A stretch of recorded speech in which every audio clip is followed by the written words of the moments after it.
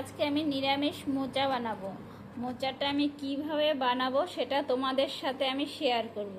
এবার মোচাটা আমি ছাড়িয়ে নিচ্ছি, তোমরা দেখতে থাকো, আমার সাথে থেকো। আমি মোচার এগুলো ফেলে নেবো, এটা আর যে মাঝখানে যে একটা শক্ত ডান্টার মতো থাকে এগুলো ফেলে নিতে হয়। এগুলো সিদ্ধ হয় না, এগুলো শক্ত হয়, সেজন্য এগুলো আমি ফেলে নিচ্ছি। এইভাবে করে বেছে নেব। এভাবে আমি বেছে নিলাম, এবার কেটে নিচ্ছি। এইভাবে ধরে নিয়ে আমি কাটবো। আমি মোচাটাকে এইভাবে দেখো কেটে নিয়েছি। এবার এটা জলে দিয়ে দিচ্ছি।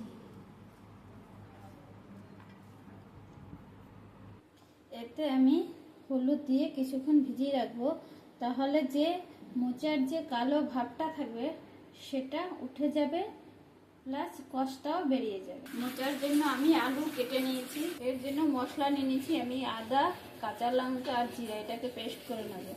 এবার আমি এটা জল থেকে ছেঁকে নিচ্ছি। কড়াই বসিয়ে দিয়েছি, এতে আমি সরিষার তেল দিয়ে নিলাম। এবার আলুটাকে আমি ভেজে নেব। কড়াইয়ে আমি এবার আলুটা দিয়ে দিলাম। দেখো আলু ভাজাটা আমার হয়ে গেছে। এবার আলু ভাজাটা আমি তুলে নিচ্ছি। ফোড়নে আমি দিয়ে দিচ্ছি জিরা, দিয়ে দিচ্ছি তেজপাতা, আর দিয়ে দিলাম শুকনো লঙ্কা। এবার দিয়ে দিচ্ছি মশলাটা, যে মশলাটা করে রেখেছিলাম ওটা, আর পরিমাণ মতো হলুদ দিয়ে দিলাম।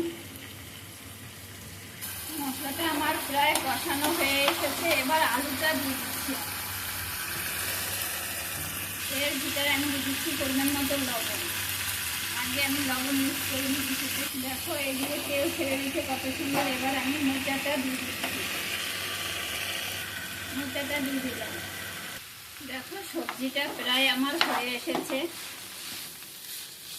স্বাদ আর টেস্টের জন্য আমি ইউজ করছি গুড়ের চিনিটা আমি ইউজ করছি, তো একটু দিয়ে দিলাম টেস্টের জন্য। এর ভিতরে আমি দিয়ে দিচ্ছি ঘি। ঘিটা দিলে টেস্টটা আরও ভালো লাগবে। নিরামিষের দিনে নিরামিষ সব কিছুতে একটু ঘি ব্যবহার করলে খুবই ভালো লাগে। এর ভিতরে আমি দিয়ে দিচ্ছি গরম মশলা গুঁড়ো। আমি দিয়েছি গরম মশলা গুঁড়ো পরিমাণ মতো। এইভাবে তোমরা নিরামিষের দিনে বানাবে, খেতে খুবই সুন্দর, খুবই টেস্টি, দুর্দান্ত লাগে। তোমরা এইভাবে বানিয়ে খেয়ে দেখবে, তারপরে আমাকে কমেন্ট করবে। আর তোমরা ভালো থাকবে, সুস্থ থাকবে। Tata, bye bye.